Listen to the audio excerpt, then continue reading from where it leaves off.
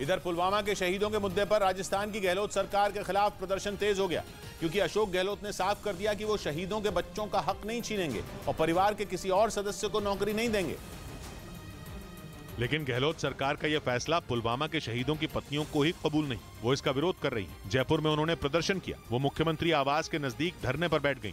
उन्होंने मुख्यमंत्री आवास तक जाने की भी कोशिश की। उनकी मांग है कि उनके बच्चे छोटे हैं, इसलिए परिवार के दूसरे सदस्यों को नौकरी दे दी जाए। छोटे बच्चे हैं, देवर के लिए नौकरी चाहिए। राजस्थान में कुछ महीने बाद चुनाव है और जैसे ही ये मुद्दा उठा, विपक्ष भी सक्रिय हो गया। बीजेपी नेता किरोड़ी लाल मीणा तो प्रदर्शनकारियों के साथ ही धरने पर बैठ गए, लेकिन गहलोत सरकार अपने फैसले पर अड़ी हुई है। अशोक गहलोत ने इस बारे में रक्षा मंत्री और कांग्रेस अध्यक्ष को चिट्ठी भी लिख दी, जिसमें उन्होंने साफ कर दिया कि वो पुलवामा शहीदों के बच्चों का हक नहीं मारेंगे और केवल उन्हें ही नौकरी देंगे। जबकि विपक्ष इस मुद्दे पर शहीदों की पत्नियों के साथ खड़ा दिखा और इसीलिए चुनाव से पहले ये मुद्दा सियासी बन गया। इस बीच दिल्ली के वसंत विहार इलाके में होली के दिन फुटपाथ पर सो रहे कुछ लोगों को कार ने कुचल दिया, जिससे 2 लोगों की मौत हो गई, जबकि 6 लोग घायल हो गए।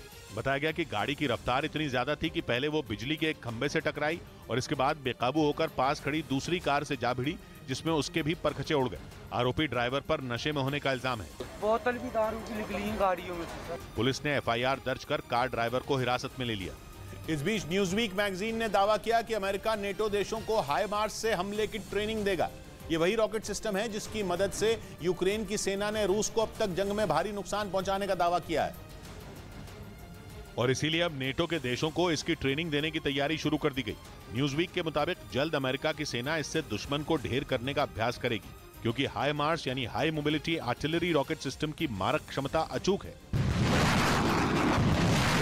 यूक्रेन का दावा है कि इसके ही जरिए उसने रूसी सेना को मुंह तोड़ जवाब दिया है। बताया जा रहा है कि इसीलिए अब अमेरिकी सेना नेटो के देशों को इसे चलाना सिखाएगी।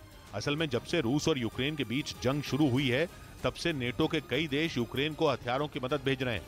लेकिन खबर है कि उन्हें इसके लिए पुतिन के गुस्से का सामना करना पड़ रहा है। पुतिन लगातार नेटो देशों को यूक्रेन की मदद करने के लिए अंजाम भुगतने की धमकी देते आए हैं और खबर है कि इसीलिए अमेरिका ने भी अपनी तैयारी शुरू कर दी, ताकि अगर पुतिन नेटो देशों से भिड़ने की कोशिश करें तो उन्हें मुंह तोड़ जवाब दिया जा सके। लेकिन पुतिन के लिए ऐसा कर पाना बिल्कुल भी आसान नहीं होगा, क्योंकि यूक्रेन जंग की वजह से उन्हें भारी नुकसान उठाना पड़ा है। यूक्रेन का दावा है कि उसने अब तक रूस के 1 लाख से ज्यादा सैनिकों को मार गिराया है, लेकिन इसके बावजूद अमेरिका पूरी तरह नेटो देशों को तैयार रखना चाहता है।